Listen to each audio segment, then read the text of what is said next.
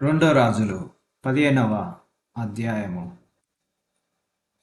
ఇజ్రాయేళ్ల రాజైన యరొబాము ఏలుబడిలో 23వ సంవత్సరమందు యూదా రాజైన అమజ్యా కుమారుడైన అజర్యా ఏలనారంభించెను. అతడు 16 వాడై ఏలనారంభించి యెరూషలేము నందు 72 సంవత్సరములు రాజుగా ఉండెను. అతని తల్లి యెరూషలేము కాపురస్తురాలైన ఏకొల్యా. ఇతడు తన తండ్రి అయిన అమజ్యా చర్య అంతటి ప్రకారము యెహోవా దృష్టికి నీతి గలవాడై ప్రవర్తించెను. ఉన్నత స్థలములను మాత్రము కొట్టివేయలేదు. ఉన్నత స్థలముల యందు జనులు ఇంకను బలులు అర్పించుచు ధూపము వేయుచు ఉండిరి. యెహోవా ఈ రాజును మెత్తినందున అతడు మరణమగు వరకు కుష్ఠిరోగి అయి ప్రత్యేకముగా ఒక నగరులో నివసించెను గనక రాజకుమారుడైన యోతాము నగరు మీద అధికారి అయి దేశపు జనులకు న్యాయము తీర్చువాడుగా ఉండెను. అజర్యా చేసిన ఇతర కార్యములను గూర్చియు అతడు చేసిన దానినంతటి గూర్చియు యూదా రాజుల వృత్తాంతముల గ్రంథమందు రాయబడి ఉన్నది. అజర్యా తన పితరులతో కూడా నిద్రించి దావీదుపురంలో తన పితరుల సమాధి యందు పాతిపెట్టబడగా అతని కుమారుడైన యోతాము అతనికి మారుగా రాజాయెను. యూదా రాజైన అజర్యా ఏలుబడిలో 38వ సంవత్సరమందు యరొబాము కుమారుడైన జెకర్యా షోమ్రోనులో ఇజ్రాయేలు వారిని 6 నెలలు ఏలెను. ఇతడు ఇజ్రాయేలు వారు పాపము చేయుటకు కారకుడగు నెబాతు కుమారుడైన యరొబాము చేసిన పాపములను విడువక అనుసరించుచు తన పితరులు చేసినట్లుగా తానును యెహోవా దృష్టికి చెడుతనము జరిగించెను.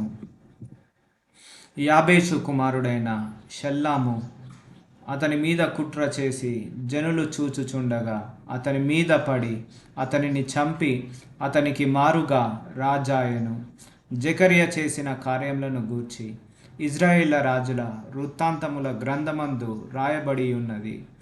నీ కుమారులు 4వ తరము వరకు ఇజ్రాయేలు సింహాసనము మీద ఆసీనులై యుందురని యెహోవా యోహుతో సెలవిచ్చిన మాట చొప్పున ఇది జరిగెను. యూదా రాజైన ఉజ్జియా ఏలుబడిలో 39వ సంవత్సరమందు యాబేషు కుమారుడైన షల్లూము ఏలనారంభించి షోమ్రోనులో 1 దినములు ఏలెను. గాది కుమారుడైన మనహేము తిర్సాలో నుండి బయలుదేరి షోమ్రోనునకు వచ్చి షోమ్రోనులో నుండి యాబేషు కుమారుడైన షల్లూము మీద పడి అతన్ని చంపి అతనికి మారుగా రాజాయెను. షల్లూము చేసిన ఇతర కార్యములను గూర్చియు అతడు చేసిన కుట్రను గూర్చియు ఇజ్రాయేళ్ల రాజుల వృత్తాంతముల గ్రంథమందు రాయబడి ఉన్నది. మనహేము రాగా తిప్సాహు పట్టణపు వారు తమ గుమ్మములు తీయలేదు గనక అతడు వారినందరినీ హతము చేసి తిర్సాను దాని చేరువ గ్రామములన్నింటినీ కొల్లపెట్టి అచట గర్భిణీలందరినీ గర్భములను చింపెను.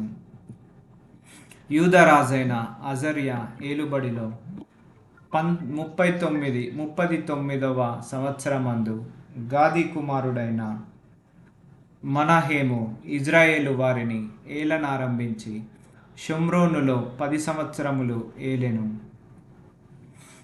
ఇతడును తన దినములన్నీయు ఇజ్రాయేలు వారు పాపము చేయుటకు కారకుడగు నెబాతు కుమారుడైన యరొబాము చేసిన పాపములను విడువక అనుసరించుచు యెహోవా దృష్టికి చెడుతనము జరిగించెను.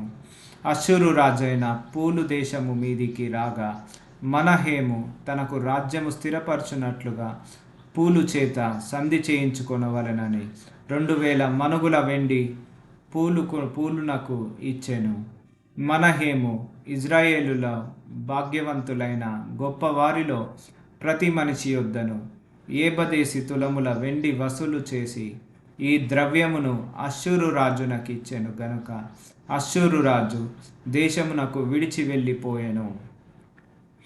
మనహేము చేసిన ఇతర కార్యములను గూర్చియు అతడు చేసిన దానినంతటిని గూర్చియు ఇజ్రాయేళ్ల రాజుల వృత్తాంతముల గ్రంథమందు రాయబడి ఉన్నది. మనహేము తన పితరులతో కూడా నిద్రించిన తరువాత అతని కుమారుడైన పెకహ్య అతనికి మారుగా రాజాయను. యూదారాజైన అజర్యా ఏలుబడిలో ఏబదియవ సంవత్సరమందు మనహేము కుమారుడైన పెకహ్య షోమ్రోనులో ఇజ్రాయేళ్ల వారిని ఏలనారంభించి 2 సంవత్సరములు ఏలెను. ఇతడును ఇజ్రాయేలీల వారు పాపము చేయుటకు కారకుడగు నెబాతు కుమారుడైన యెరోబాము చేసిన పాపములను విడువక అనుసరించుచు యెహోవా దృష్టికి చెడుతనము జరిగించెను. ఇతని క్రింద ఆధిపత్యము రెమల్యా కుమారుడనైన పెకాహు కుట్ర చేసి తన యొద్దనున్న గిలాదీయులైన 70 మందితోనూ అర్గోబుతోనూ అరిహేనుతోనూ కలుసుకొని షోమ్రోనులోనున్న రాజనగరులోని అంతఃపురమందు అతనిని చంపి పెకహ్యాకు మారుగా రాజాయను. పెకహ్య చేసిన ఇతర కార్యములను గూర్చి అతడు చేసిన దానినంతటిని గూర్చి ఇజ్రాయేళ్ల రాజుల వృత్తాంతముల గ్రంథమందు రాయబడి ఉన్నది. యూదారాజైన అజర్యా ఏలుబడిలో 72వ సంవత్సరమందు రెమల్యా కుమారుడైన పెకాహు షోమ్రోనులో ఇజ్రాయేలును ఏలనారంభించి 20 సంవత్సరములు ఏలెను. ఇతడును ఇజ్రాయేలు వారు పాపము చేయుటకు కారకుడగు నెబాతు కుమారుడైన యరొబాము చేసిన పాపములను విడువక అనుసరించుచు యెహోవా దృష్టికి చెడుతనము జరిగించెను. ఇజ్రాయేలు రాజైన పెకాహు దినములలో అష్షూరు రాజైన తిగ్లత్పిలెసెరు వచ్చి ఈయెను పట్టణమును, అబెల్బేత్మాయాక పట్టణమును, యనోతోయాహ పట్టణమును, కెదెషు పట్టణమును, ఆసోరు పట్టణమును, గిలాదు దేశమును, గలిలియ దేశమును, నఫ్తాలి దేశమంతయును పట్టుకొని అచటనున్న వారిని అష్షూరు దేశమునకు చేరగా తీసుకొని పోయెను.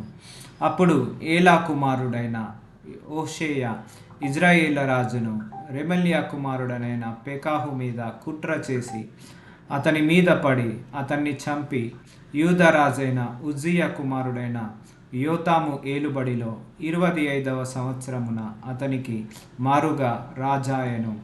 పెకాహు చేసిన ఇతర కార్యములను గూర్చి అతడు చేసిన దానినంతటిని గూర్చి ఇజ్రాయేళ్ల రాజుల వృత్తాంత గ్రంథమందు రాయబడి ఉన్నది.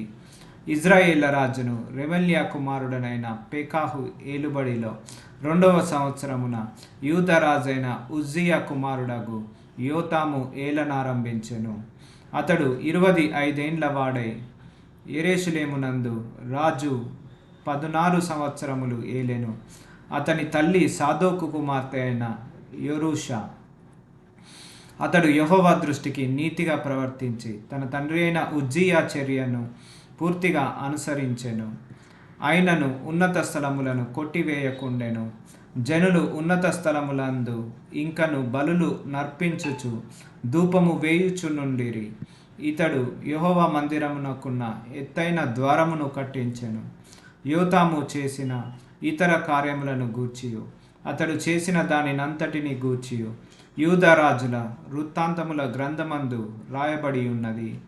ఆ దినములలో యెహోవా సిరియా రాజైన రేజీనును రెమల్యా కుమారుడైన పెకాహును యూదా దేశము మీదికి పంపనారంభించెను.